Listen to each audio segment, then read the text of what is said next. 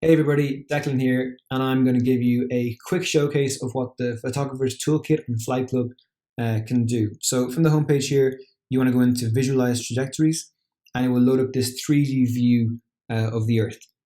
And from this top left menu here, you get a bunch of sub-menus where you can include upcoming missions. So let's say we want to prepare for the Falcon Heavy launch of Arabsat 6A. We can click on this, we can give it a second, and it will load up the Arabsat 6A trajectory and plot it around the Earth here. So there you go. Next, what we can do is we can set our photography equipment. So let's say we're shooting with a full frame sensor. Let's say we have an 18mm focal length lens and we're shooting in landscape orientation. We set that. It will resize this viewport window to the correct aspect ratio, which you will get from your sensor, and the correct field of views that you'll get from the focal length of your lens. Next, what we can do is we can set our location. So this launch is going to be happening from 39A in Florida. So I've got a location here for Titusville. So I'm going to put that in, which is about 10 meters elevation. If you're in the field and you want to see how a launch looks from your exact location, you can use this Use Current Location button, and it will prompt the browser to ask for your permission to use your location, and it will put the camera exactly where you are. But for the moment, we're not going to use that. We're going to use this location and this elevation. So if we click Set, it'll fly the camera down, and it will show us exactly what we would see from that location with that photography equipment. So as you can see here, there's the launch streak. We had stage separation. Second stage continues over the horizon, while the first stage, while the boosters boost back, have their entry burn and their landing burns, two landing burns there at LZ1 and 2. Up here in the top right, you get some readouts. So the launch pad azimuth is obviously what the azimuth of the launch pad is relative to your position. So 0 degrees will be directly due north, 90 degrees will be directly due east, and so on and so on. Camera azimuth is the direction which you are pointing, so you can see that change as I pan left and right. And then your horizontal and vertical angle of views there are just helper numbers.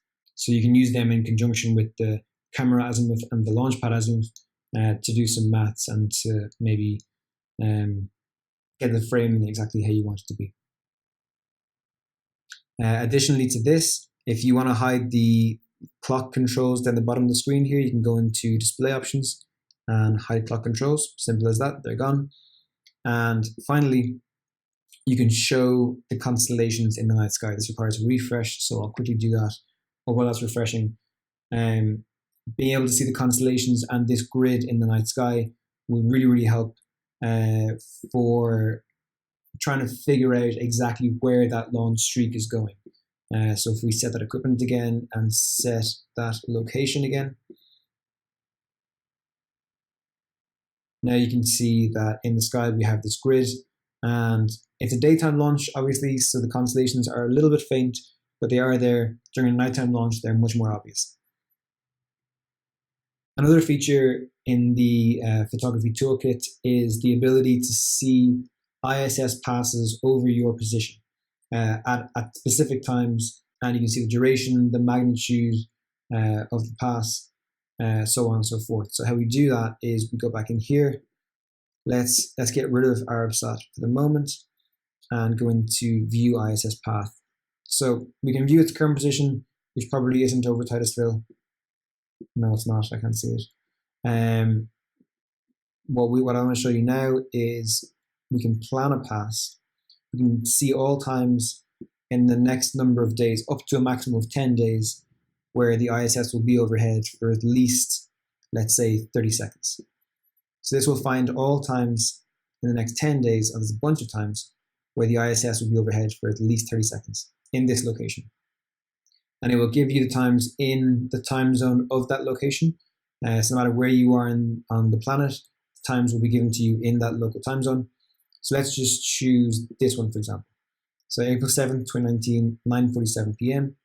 And if we click Set, it will zoom the clock to 9:47 p.m. at the beginning of that window on April 7th, and it will put the ISS in its perfect position, and it will begin that pass. So where is it? There it is. That must be the end of the pass because I don't see an ISS there. There it is. There's the ISS coming up over the horizon at 9:47 p.m. on April 7, 2019. And you can see the constellations that it's going to fly through.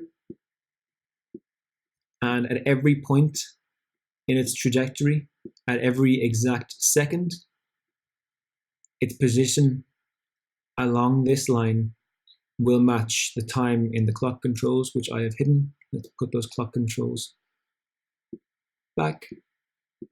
There they are. So, well, it's April 8th in universal time.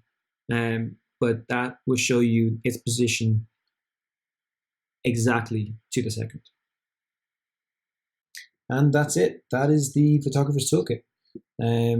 If you have any feature requests, things that you would like to see in this toolkit, things that don't exist already, that might make your life easier, absolutely hit me up on Twitter or in my Discord if you're a patron. Tell me exactly what you want to see in there, what would make your life easier as a photographer, and I will do my best to add everything in and to make this application as useful as possible for anybody who wants to photograph rocket launches or anything in the night sky.